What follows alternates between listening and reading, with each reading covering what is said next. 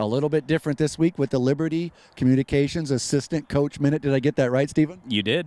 Well, now I'm talking with Stephen Grace, Jason Miller. Stephen Grace, he is our assistant coach this week. Not exactly a coach, but a very vital part of the West Branch football program. Stephen, now in your third or fourth season as doing the fourth season as the play-by-play man on the Bearcast.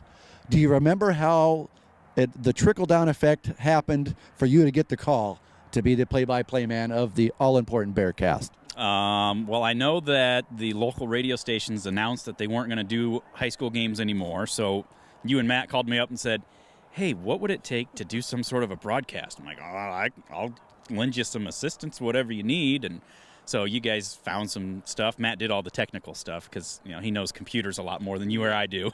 And hey, you guys put some things together. I couldn't make it work that first game at Lisbon, so you and Matt did it. And then you said, hey, here's the reins, take it over. And I said, okay. And that was that. Well, the reason why we had you take over the reins, if you go back and listen to that first one, we set the bar pretty high. So from then on, it was just going to be you and Quinn and Sideline Jerry. You can't really meet up with us.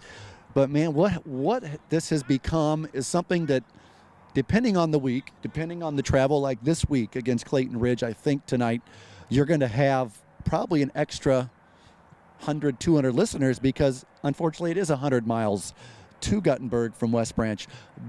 But that's a good thing because the folks that can't make the trip, they have an outlet. Not every school has for us to be able to bring them West Branch play-by-play.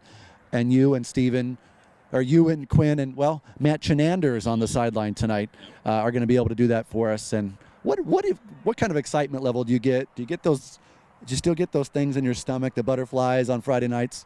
Not necessarily butterflies, but yeah, there is an excitement to it. I remember when I first started doing this at the KXIC years ago, and the first few years I was going and just doing some stats and not saying anything, and eventually was able to slide in and take over as play-by-play. And it's fun just because, especially as you get going into it, you're around the team so much. It helps when I'm here covering just the Bears. I'm at practice every week. I get to come up here, hang out just one out of the 4 days that they're practicing. When I was doing it at the radio station, I'd get to go, 1 week it's City High, 1 week it's West High, 1 week you're Solon, 1 week it's that other team on the east side of Iowa City that I won't mention. But, you're covering these teams, and you see the work that they're putting in. You appreciate what the kids are doing, and you just want to celebrate that and bring that out for the fans that can't make it and understand what it is that they're doing. And so, that's where I come from. I'm just trying to be excited for the fans, be honest with what I'm seeing out there, and just make sure that the kids get represented well. Because Coach Sabers at City High years ago said, remember, son, these are 15, 16, 17-year-old kids. They're doing their best. And that's what you see out there is these kids just working their tails off, and you want to recognize that and honor them for what they're doing. And that school on the east side he's referring to was the City High JV. I'll speak of them. So one of the last questions we'll ask you is this. Going from Bear player 2-3 years ago to play-by-play announcer, or 20 years ago, I know I asked you about the butterflies and just get a different feeling, is what do you look forward to the most on a Friday night?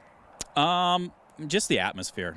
High school football all around. Just seeing the fans, seeing the band playing, seeing the concession stands going. You get those smells in the air. And then seeing the guys come out. We talked a little bit Friday night. I had to run up and use the restroom. And I was walking back as they were lining up for senior night. And suddenly 20 years ago pops into my mind. And, it's just seeing those things and knowing what it's like to be out there and that excitement that each and every one of these kids and all of the coaches have as well. But just the all-around atmosphere, being able to just be there for what is basically 2 hours of relaxation and being able to just have some fun watching this game be played. In short, as you look out over this field tonight, what a gorgeous field. You got the Mississippi River in the background. Obviously, when you see this video, it's not going to be behind us. But at Clayton Ridge tonight, you've got what a beautiful stadium. You've a nice little picnic kind of veranda thing sort of connected to the concession stand. And again, from the press box where you are tonight, you're going to be able to look over and see, there's the Mississippi River. Oh, there's Wisconsin.